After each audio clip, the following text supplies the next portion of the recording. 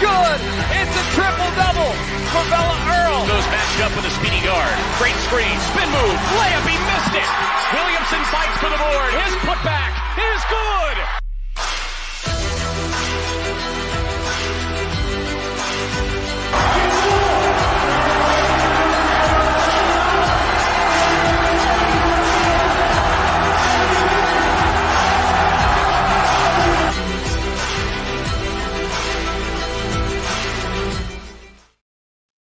You know, I think it's going to pay off that I decided to pay for that Twitter premium subscription, Derryl, because like there are like 5 times the amount of viewers right now in this Straight WAC after hours than there was the other night when we weren't streaming to Twitter. So, yeah, I think that's going to pay off a little bit. Welcome everybody to the first, I guess, team preview week Straight Outta WAC after hours. It is a little earlier, because as you can see, I have my softball jersey on. I'm going to play old man slow pitch softball tonight at 8:15 and 9:15 if the weather holds. It's been stormy, thunderstorms here in Utah basically all week for the past 2 days. So hoping that we play on turf, so they still play in the rain, so it's really nice. But you see we got Derryl here. Myself, we're going to talk about the UT Arlington Mavericks men's basketball team, the UT Arlington Lady Mavs. We have an interview with Avery Brittingham that we'll share with you. And we're going to show the clip from Drew Sparrow and Kendra Sheehan from the Western Athletic Conference talking about the WAC conference scheduling today. But first, Derryl, how are you? How excited are you that we're getting started here? I know you've been bugging me almost all summer about this stuff. So how excited are you to get going? I'm ripping and raring to go. Between this and start of the fall season for high school sports out here, I am ready. Yeah. Got my card last week from my boss and ready to start covering games and talking about the WAC. Nice. Yeah, so everybody, just in case you're wondering, go subscribe to the WACHoopsNation.com newsletter, Substack, whatever you want. You can free subscribe or you can paid subscription. We're going to have an article coming out tomorrow, a little recap of the 2023-24 season of the UT Arlington men by Isaac Capelt, who covered them for the UTA Shorthorn basically the last couple of years. So it's good stuff there from Isaac. We're going to have the team previews on Friday. They will come out Friday morning. We will also have another Straight Outta WAC after hours on Thursday, where we will have our interview with Sharika Wright, who we talk to tomorrow about the Lady Mavs. I'll be talking with KT Turner later this week. We haven't set that up yet quite yet, but we'll have a podcast episode with KT Turner. I'll also be hopefully talking to my guy, Josh Sowers, the voice of the UT Arlington men, sometime in the next day or two. But let's get to it, Derryl. Let's talk about this UT Arlington men's team. Yeah, so we talked about this the other night. They went from 11 wins to 20 wins under KT Turner, right? 11 wins in the 2022-23 season, their first year back in the WAC, to 20 wins last year. They didn't know if they were going to have Philip Russell, but they got him back in late December. And if you remember right, I was one of those that said nobody wanted to see the UT Arlington men in Las Vegas. Like I literally said that because it was true. I feel like that was absolutely the truth. They were so dynamic. Man, just Dejuan Gordon, Philip Russell, Aaron Cash, Shamar Wilson, like they had it all, right? Mekhi Williams, like it was just a dynamic group that would play very well together and played with a massive chip on their shoulder. Like if anybody's watching this that's a UTA fan, I talk too much, that's why my throat gets scratchy. But if you're a UTA fan, you better comment and tell me what you think about that chip that you saw your team play with this year, because it was pretty massive. And I think you saw that when you were at the WAC tournament too, Derryl. Oh, yeah. I'll tell you what I remember is that, 19 3-point performance against SFA on Thursday night? Yeah. I will never forget that shooting performance. It was like they couldn't miss. Yeah. Yeah, it was pretty wild. Brandon Talbot, and he's back for another year. So he's one of 2 returners for the Mavs this year. But, man, I went to their game. They played a non-D1 in November when I was there. But you could just tell there was a different energy, different vibe in that building. And, man, once they got Philip Russell back, I mean, they took off. And sure, it was Tarleton, GCU, you know, that story. But how many teams led GCU down the stretch at it's Global Credit Union Yeah, Arena, right? In Phoenix? correct. Yep. How many teams led GCU late in a ball game there? And then they led by 9 at CPC, so they knew they how do I want to say it?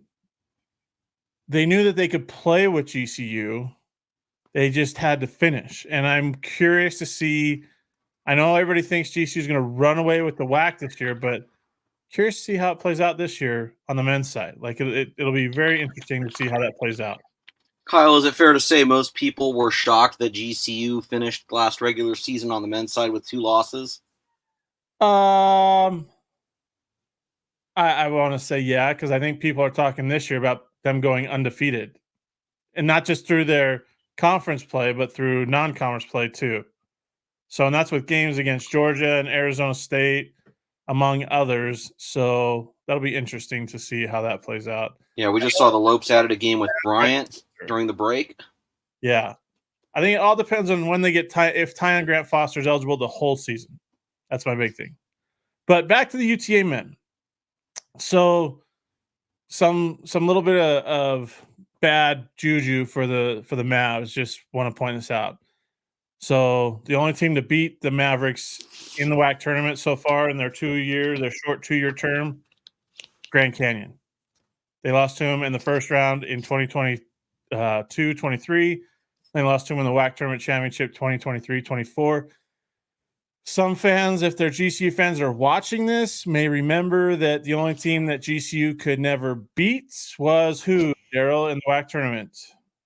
New Mexico State. New Mexico State, right? And then once New Mexico State either left or didn't have a good season, well, then it was GCU's year because nobody else could beat GCU in the WAC tournament. So now that GCU is going to be leaving after the 2023-24 season, could UTA be that team that everybody is Next up? Yeah, that's next up in that category since it's kind of a trend right now, right?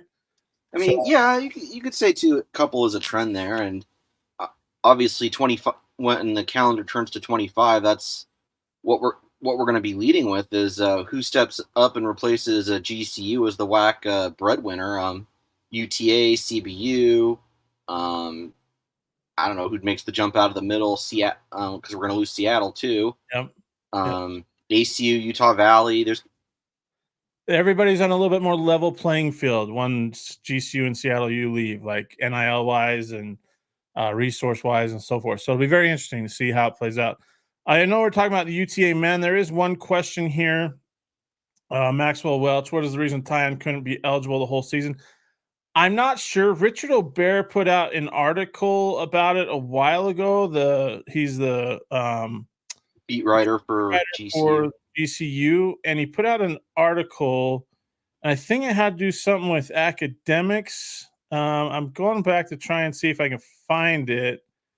But yeah, there's some kind of issue there with him going to the testing out the draft waters and stuff like that, and academics. I think I'm trying to find it because it was a good breakdown of it.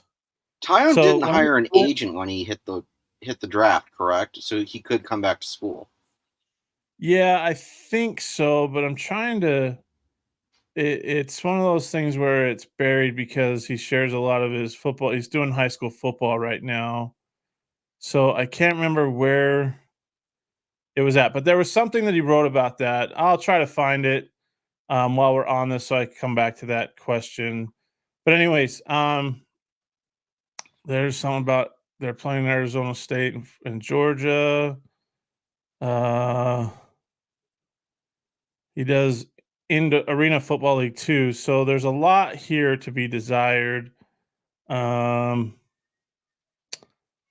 can't find it right now, you guys. I'm sorry, I can't find it. If anybody can find that article by Richard O'Bear, I feel like I'm getting closer. There's articles about Grand Canyon basketball takeaways. Sorry, guys. I know we're supposed to be talking about UT Arlington, but somebody asked this question, so I want to find it. Here it is right here. I'll share it with you. It says Tyon status for the first few weeks of the season is undetermined, relating to his departure from campus following last season to explore NBA draft opportunities. GCU is pursuing a waiver process. Let's see. Here we go. I'll share this with you right now so you could all see. Okay. Let me share my screen right here. Okay. So they could be without their best player, WAC Player of the Year, Tyon Grant Foster, for the first semester, at least part of it, as the school goes through a waiver process with the NCAA to clear him from being academically ineligible. He was off campus after GCU made its run to the round of 32 in NCAA tournament to pursue an NBA opportunity. He didn't finish his spring semester classes. So there you go. That's what it is. He didn't finish his spring semester classes. So yeah, that's what it is. But yeah. Anyways, he didn't finish his summer semester or spring semester classes. So he's technically academically ineligible for the fall semester, but they're trying to get a waiver for that. So that's where we're at with that. Okay, back to the Mavs. Like I said, KT Turner brought an edge when he was hired by John Fagg in the spring. Technically, it was earlier than, it was in the spring. It was right after like the WAC tournament in 2022-23.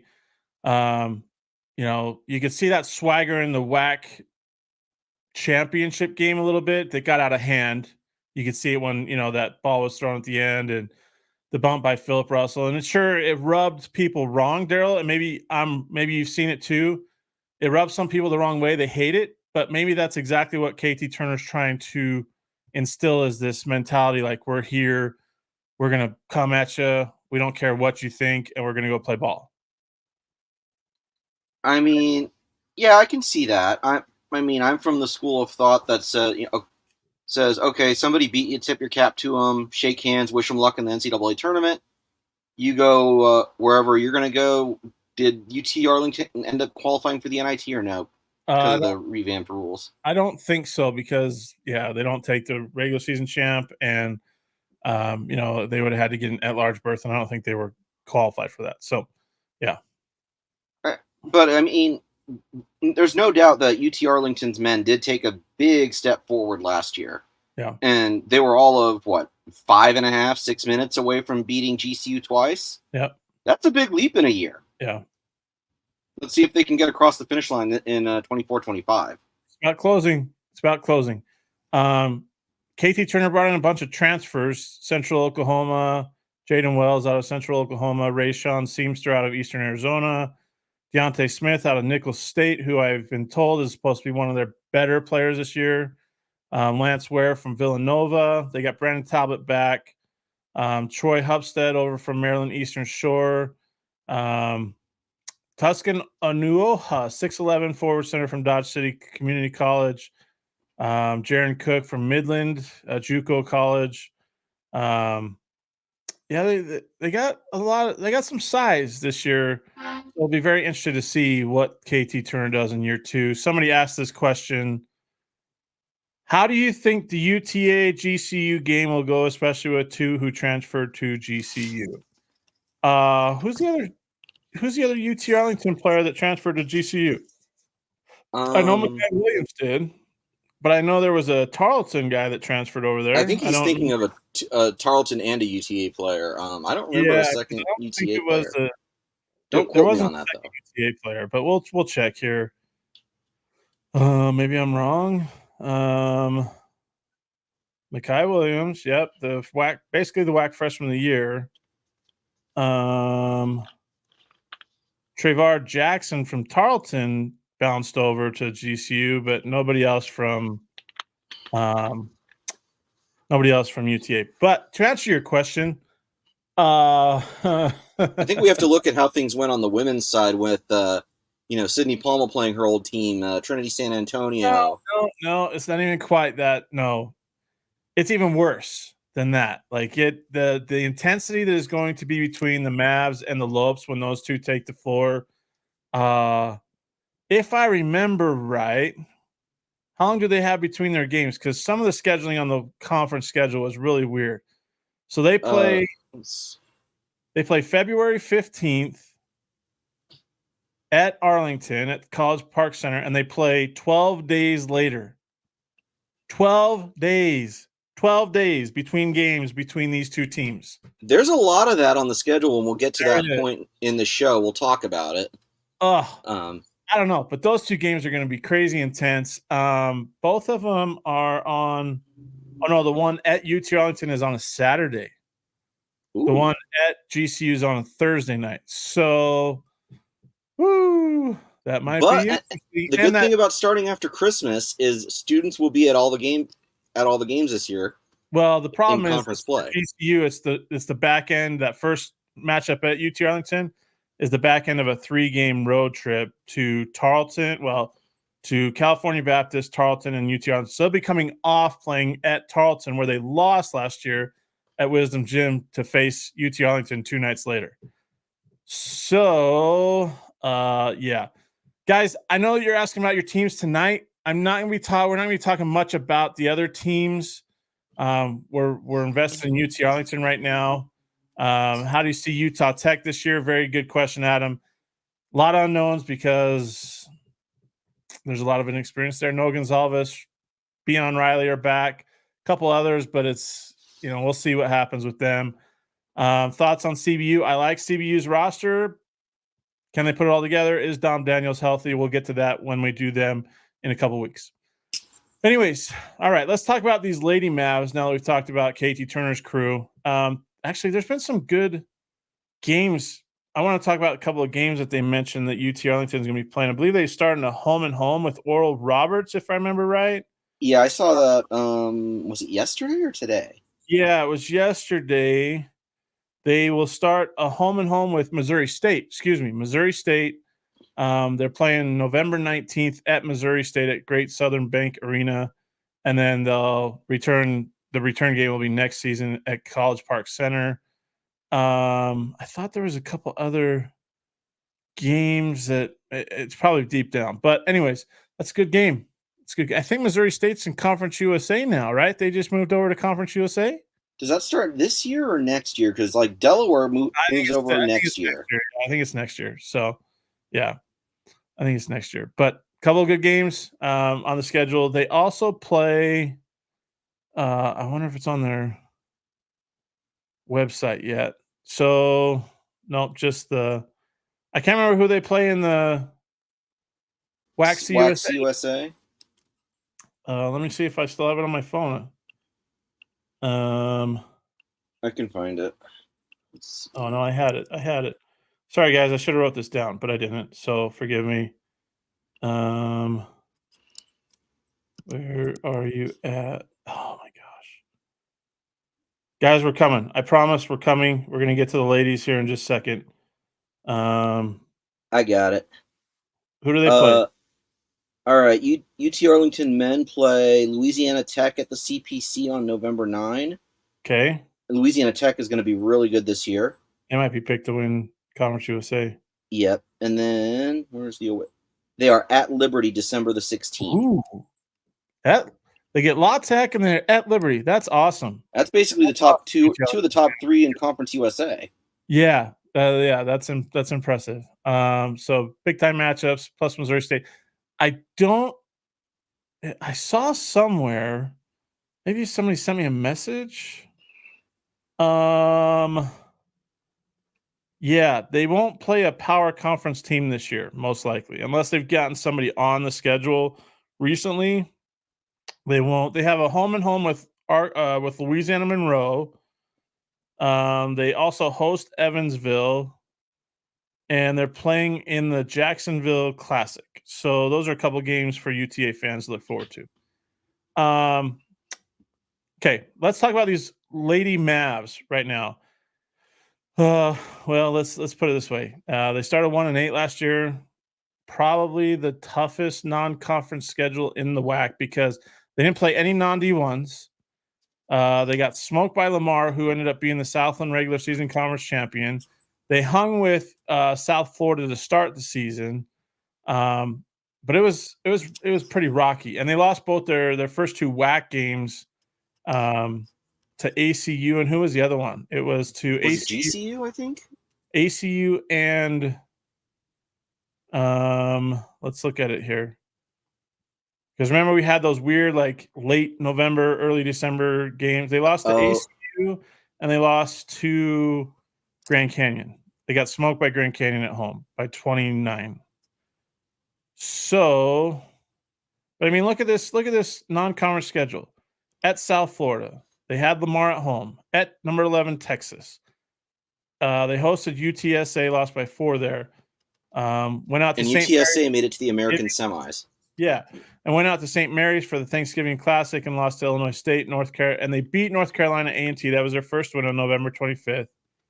They lose to ACU and Grand Canyon to start WAC play. Then they lose to number 8, Colorado, before they reel off 5, 6, 7 straight wins after that to bring their record back to even. So you got to really like that they challenged themselves in non-conference, and then they proved that it worked by coming back and winning 7 straight to kick off kind of the new year, right? And ended up finishing 16-8 overall on the season, and made a run to the WAC semis. Like, you really got to like that run that they had.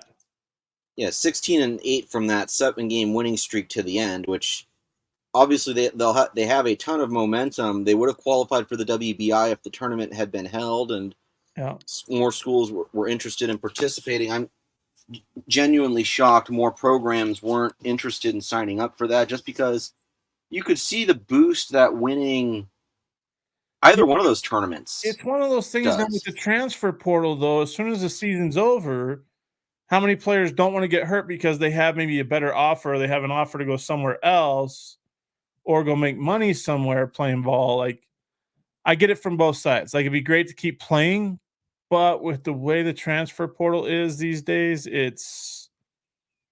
I can see why they don't play it, right?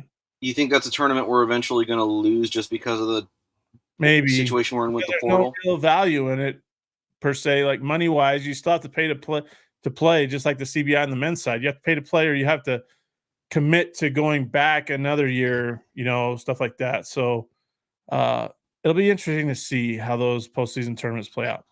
And then with the addition of the WBIT too. Yeah. So it's just, like I said, the Lady Mavs made it to the WAC semifinals. 3 games in 3 days, a little tough. Plus, Gia Adams had gotten hurt in the Utah Tech game. She played through it against CBU, but they just couldn't keep up. However, Sharika Wright and the Lady Mavs returned all tournament selection Avery Brittingham. She was averaging like 22 and 11 in those 3 games. Yeah. There. She was a monster. And I think she had to have been a unanimous pick for the all-tournament team. Yeah, and I want to play a clip. I was going to play a clip when we recorded with her. I finally found it yesterday, so I'm going to play it right now, what she said. I believe it was after their quarterfinal win. Was it their quarterfinal win or their first-round win? Either way, this is what she had to say. I feel like I'm always open. I'm sorry, Coach. She does. I didn't even see the hand in my face, if you want me to be real. I don't think any shot for me is a bad shot. Yeah, that's the confidence that the Lady Mavs leader has. I mean, she's awesome. We talked to her yesterday. We pre-recorded this. So we're going to play our interview with Avery Brittingham from yesterday. So enjoy. On our podcast episode, I guess straight out of WAC after hours show, because this is going to be pre-recorded. But it is the UT Arlington men's and women's basketball team preview weeks here to start off the 2024-25 season. Oh my gosh, time is moving so fast. But it's the Mavs week here as we get started. I'm heading into a new season. The WAC schedules, the conference schedules were just dropped this afternoon, so a lot to digest there later on. But with us, special guest Avery Brittingham, UTA Lady Mavs, final go, college basketball. Welcome on this Monday afternoon. Thank y'all for having me. How are y'all doing today? We're doing good. Derryl, how you doing in California? Not bad. It's a lot cooler today than it was yesterday. Yeah, we had some nice thunderstorms that came through Utah last night, so it shook our house as we were sleeping, which was quite interesting.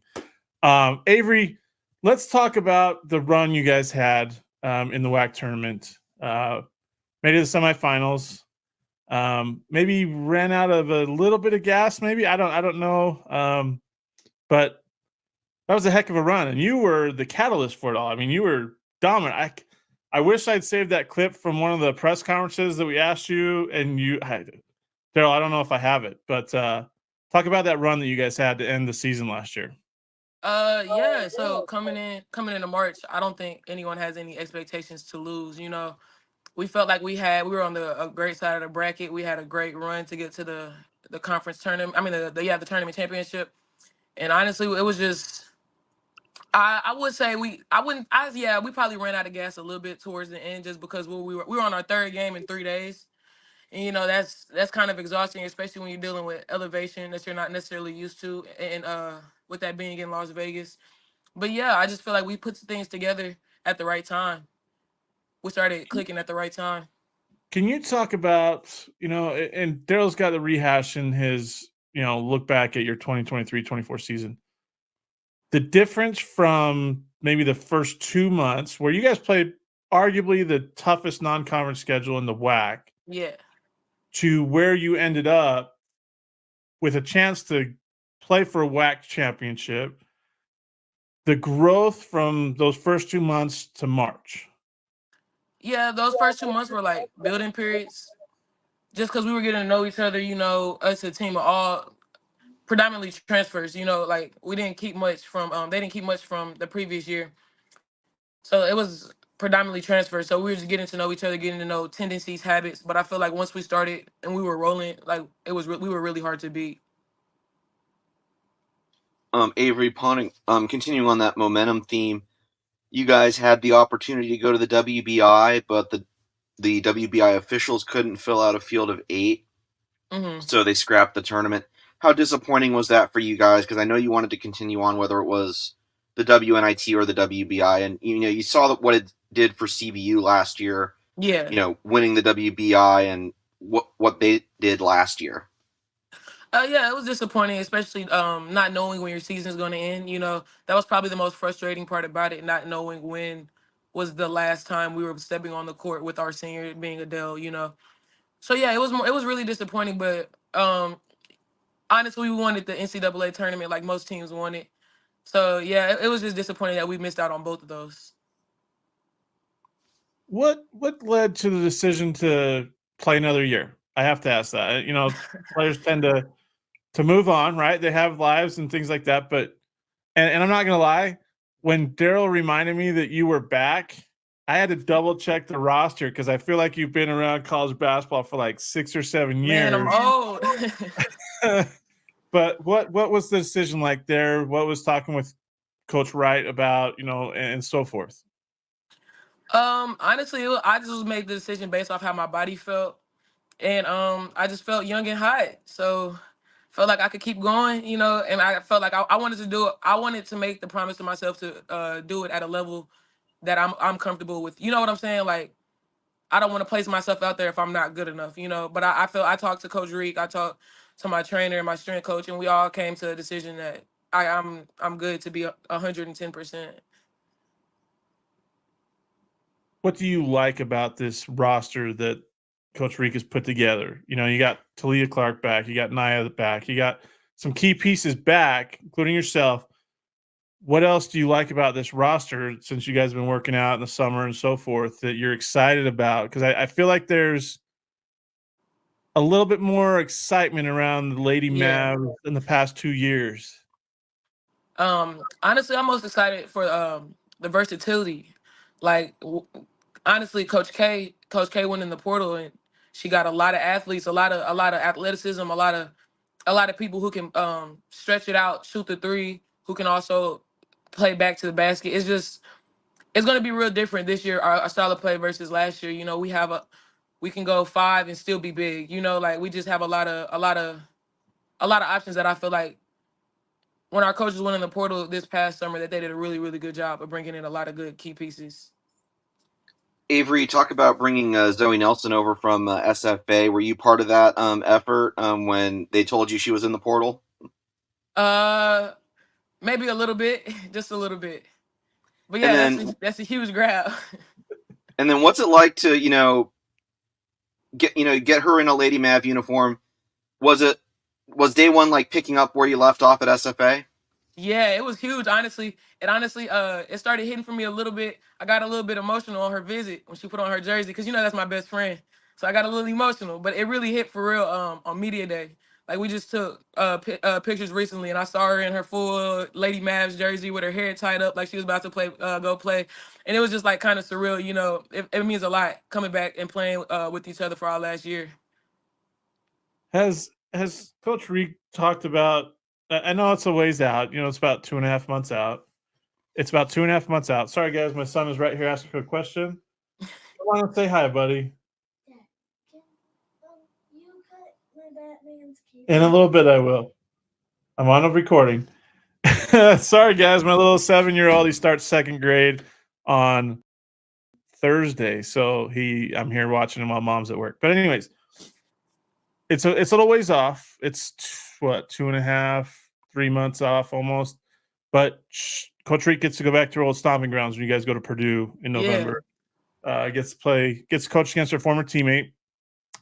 She was an All-American there.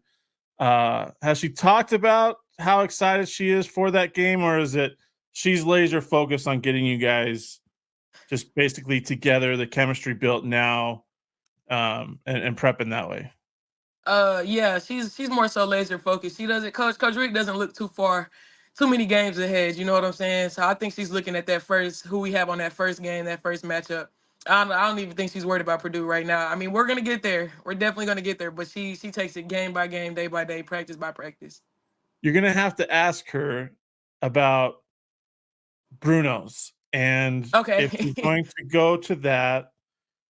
When I think they had to build a new one because there was the original one got bought out by developers and stuff. But you'll have to ask her about that and see if she can get the team there if the new one is built.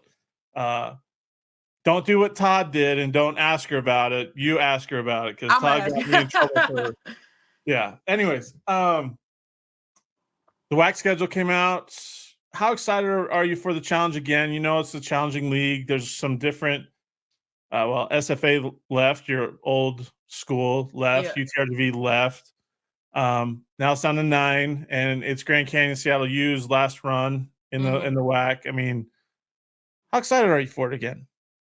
Yeah, I'm really excited. The WAC, there's different styles of play every single night.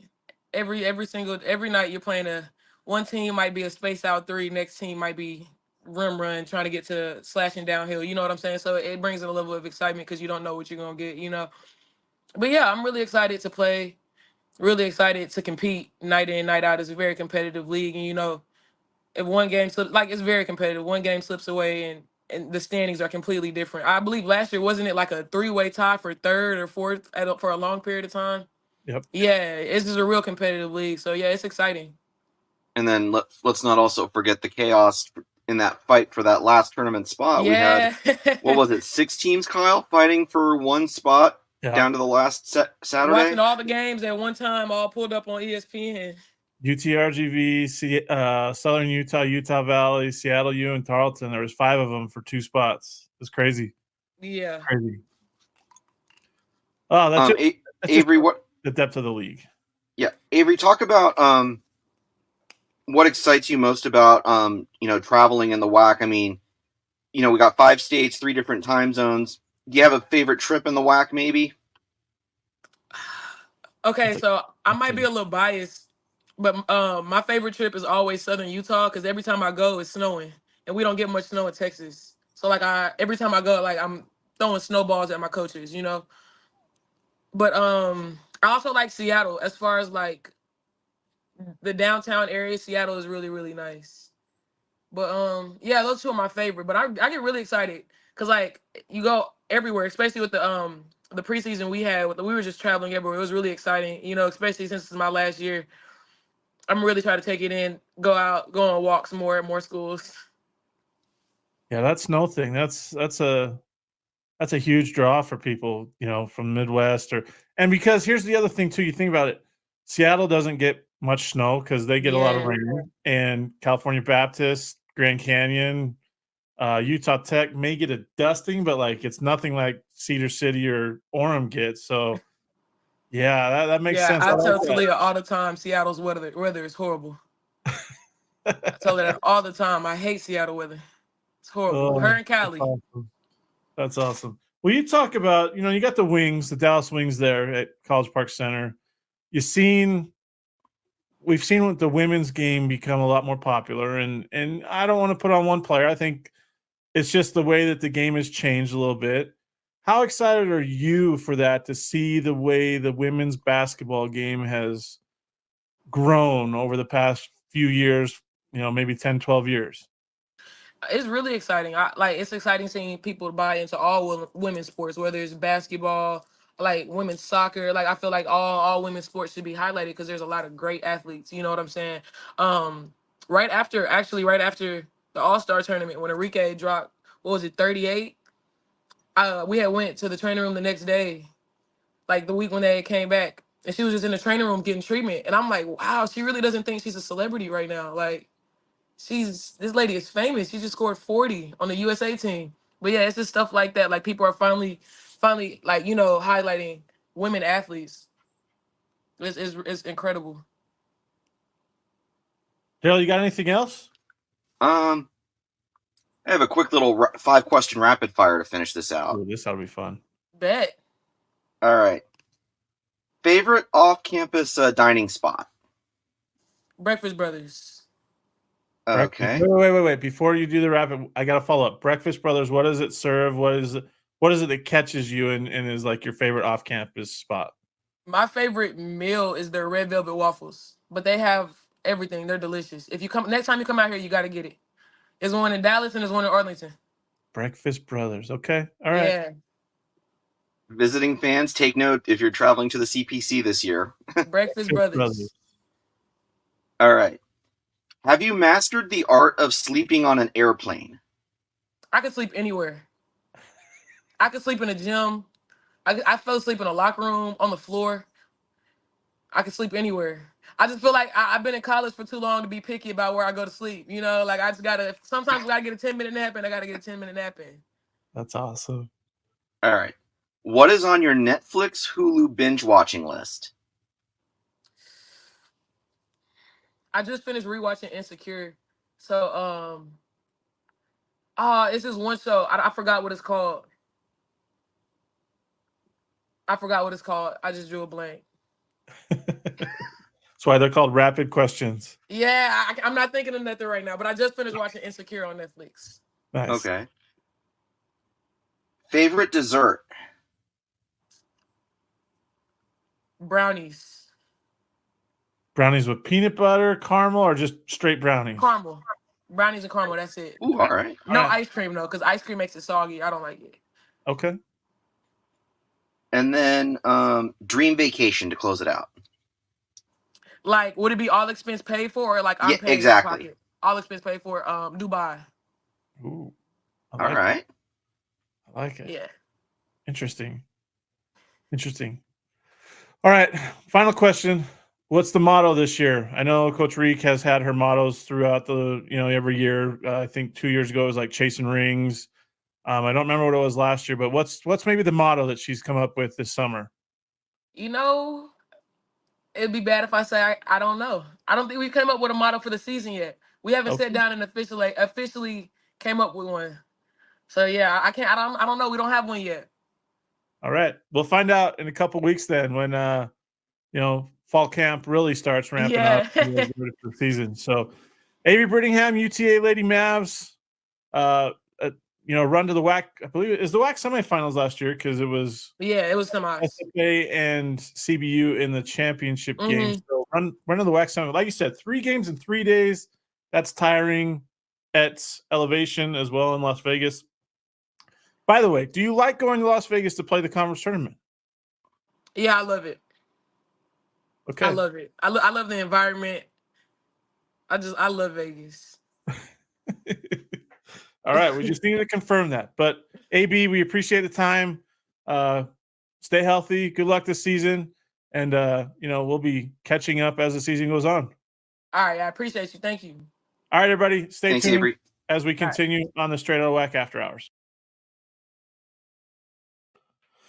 Oh, she's fun. That was a great interview. I'm gonna tell. I mean, that was awesome. Like, and that Breakfast Brothers, like, that was a snap answer too. Like, that was really quick.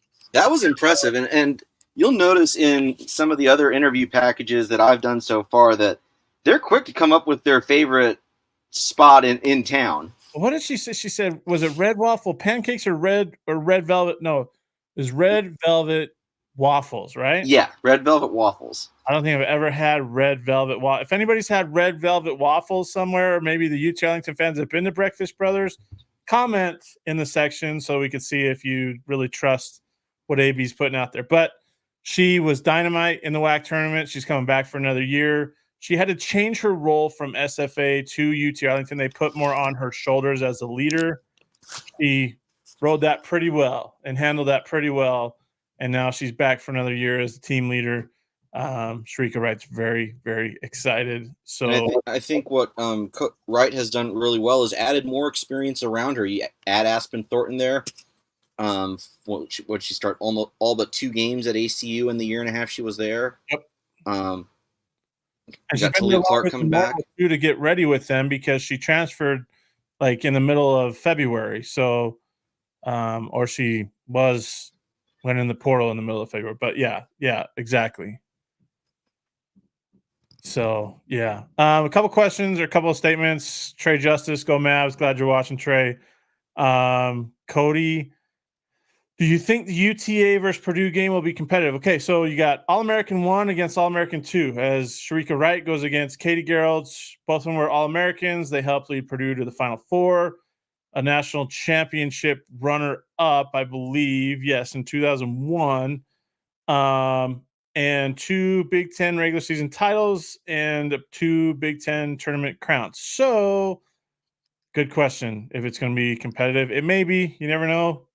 A lot of WAC teams have gone into Big Ten country and it has been pretty. So we'll see. It'll be fun though. It'll be good for her. And to go back home, West Lafayette. I may go there because I have family that lives in West Lafayette and Lafayette. So actually going back to the Purdue-Oregon football game in October when the Boilers host the Ducks. I just hope retired Purdue coach Sharon Versup is in the building that night to see.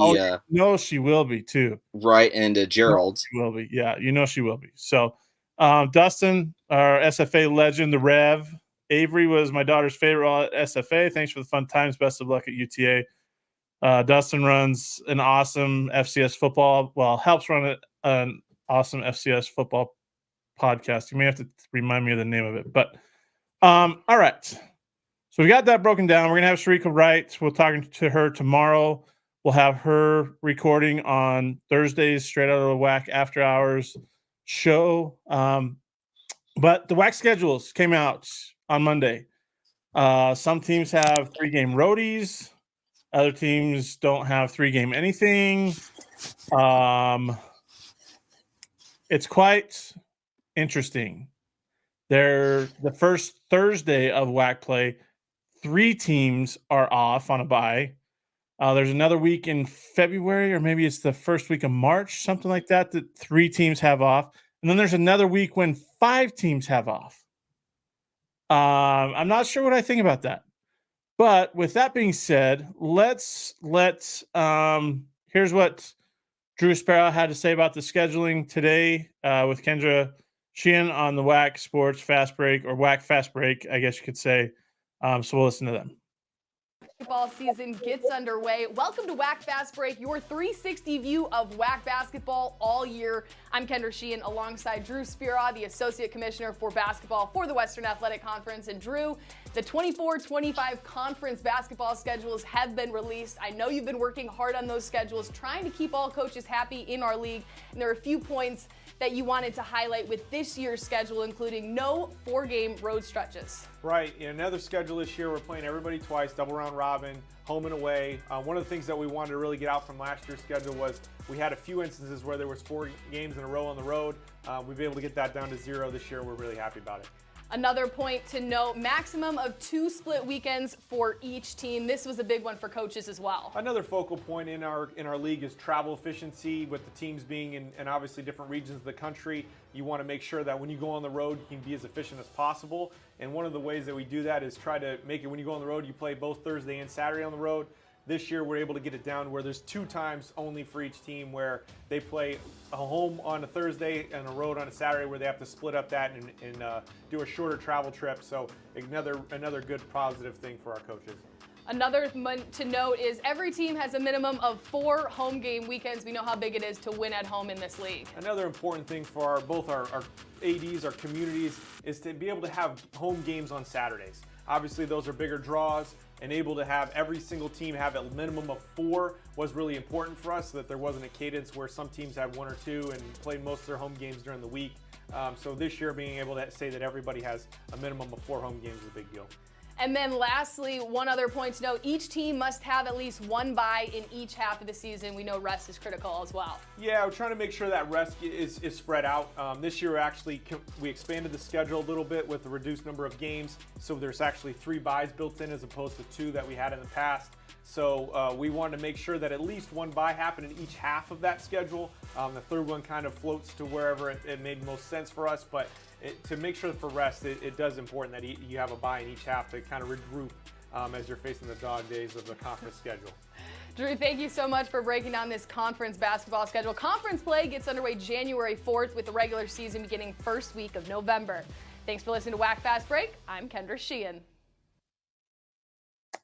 All right, Derryl. Yeah, so that's the breakdown that we got that they put out today on the WAC Fast Break. They cut down the 4-game road stretches to 3 for some teams. And I mean, I don't know. And some of the games we talked about it earlier where UTA and GCU are meeting twice in 12 days. And then Southern Utah and GCU are playing twice in 15 days or something like that to start out. CBU and CBU twice in 14 days. 14 days. Like, so I asked Drew Sparrow after that video came out about the whole 4-game thing, what he meant by the 4-game weekend thing. I got to find it. I don't know where. Oh, it's right there. He was telling me that everyone, they're trying to give everybody a minimum of 4 home Saturdays, which they did. The way he explained it, I'm not sure I'm sold on it. Like, I don't see, and maybe I'm missing the fact that there's events at these arenas and stuff, but I don't see why it would be so hard to give teams 4 Saturday at home when you're playing everybody twice and you're playing on Thursdays and Saturdays every week. Like, and you don't want people to be on 4-game road trips. Maybe I'm missing something. Like I know that Utah Valley has the state wrestling that goes on at some point in February that they have to be on the road. I'm sure other places have events that they have to be on the road at specific times. Like CBU last year was host to the CIF Southern Section Open Division, but that was a home weekend for them that they just ended up playing the Thursday game against Tarleton, I think it was, and the Open Division was Friday. Yeah, I don't know. It's interesting. And I mean, it's cool, I guess, but I'm one of those guys that you set the schedule for the first half, and then the second half basically mimics that with playing at the other opposite arena of where you played in the first half against that team. But that's just me. Anybody else feel that way, or am I spewing stuff over absolutely nothing and making a big deal out of absolutely nothing? I gotta tell, I'm not sure how I feel about the playing each other twice in 15 days thing. To me, it kind of reminds me of a high school schedule where you've got like a 5-team league. So that second round, just comes around snap of a finger. Yeah, it's very interesting. Like I said, those two UT Arlington games, like, why not schedule the first one, in the middle of January, like the first half, and then schedule the other one in the regular season finale, because it could be for the regular season championship. Like, if I'm not mistaken, the second CBU UT Arlington game is 3 weeks from the end of the regular season. yeah, On the women's side, that could mean something. it's one of those things. I don't do the scheduling, so I can't critique it. I have my thoughts on scheduling in college basketball altogether anyways, because when I see BYU's schedule come out and they have Mississippi Valley State, Florida A&M, and Central Arkansas that they're paying to come to Provo, and they can't play Southern Utah, Utah Tech, or Utah Valley, like, that bugs me. So that's another discussion for another day.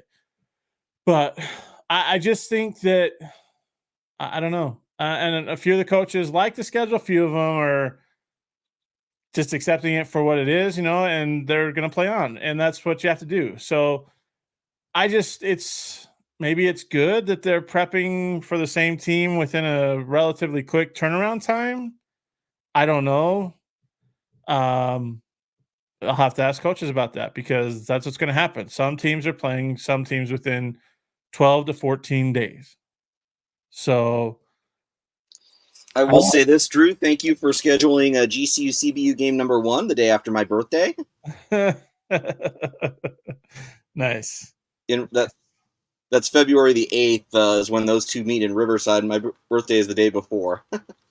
Darth Dad said red velvet waffles are worth the trip. Okay. All right. I like it. I may have to try it when I get out there. Nathaniel asking, is KT Turner a Coach of the Year candidate? I mean, he could be. It just so happened maybe last year he might have been, had it not been for what Joseph Jones did with Tarleton and nearly leading them to a share of the WAC regular season title as an acting head coach. Could be. But you got to close those games out against GCU. If you close out those games against GCU, you probably are there. Like, it's a no-brainer. Because only 5 teams beat GCU last year. Abilene Christian, Tarleton, who are the other ones? South Carolina. Yeah, in that the Footprint Center game or whatever it was. No, it was over in Glendale. Is that right? Where the Cardinals play. Oh, okay. They beat San Francisco, and then they lost to Alabama in the NCAA tournament. And who was the 5th one? Oh, now you got me all tore up. Now I got to go look at it. Let's see. They lost to South Carolina. I know we got 4 of them.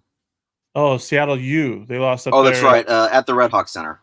Yeah, that's right. Seattle U, and then ACU, Tarleton, and then Alabama. And so, yeah. So KT Turner is possible. It's just you got to beat GCU, and be at the top of the league.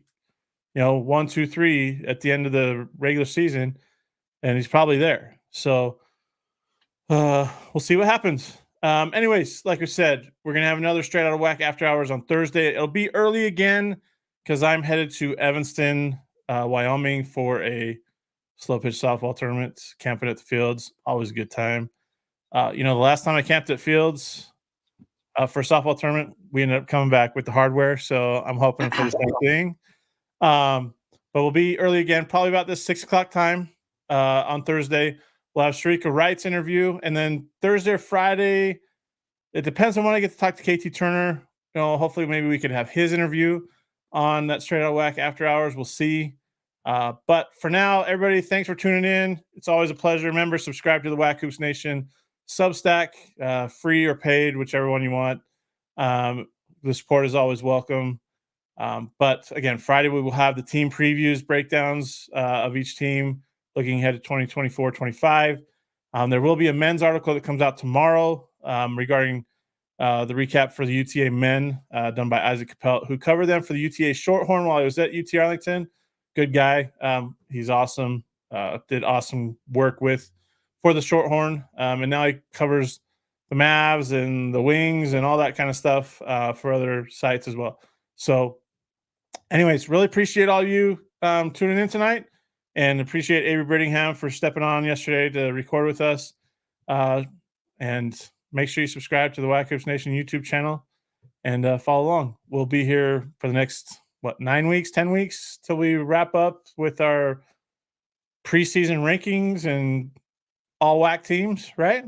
Yep, I think the general idea is that we get it done before Media Day, right? Yes. Yeah. Well, hopefully. I'm not sure when that will be. I need to check in with Tony. But anyways, for the next 9 weeks, this week is UT Arlington men and women. Next week it is, I have it right here. Next week it's the Southern Utah women and the GCU men. Then it's the Seattle U men and the Utah Tech men, and so forth and so on. I'll put it on a list so y'all know. I think I already did. I already put out a list. I will put it up again on the Twitter so you can find out. But again, thanks for tuning in to Straight Outta WAC After Hours. We'll see you on the next episode on Thursday night. Thanks for listening to the Straight Outta WAC podcast. You can find us on Apple Podcasts, Spotify, and other podcasting platforms. Be sure to subscribe so you never miss an episode. Remember to follow WAC Hoops Nation on all your favorite social media platforms.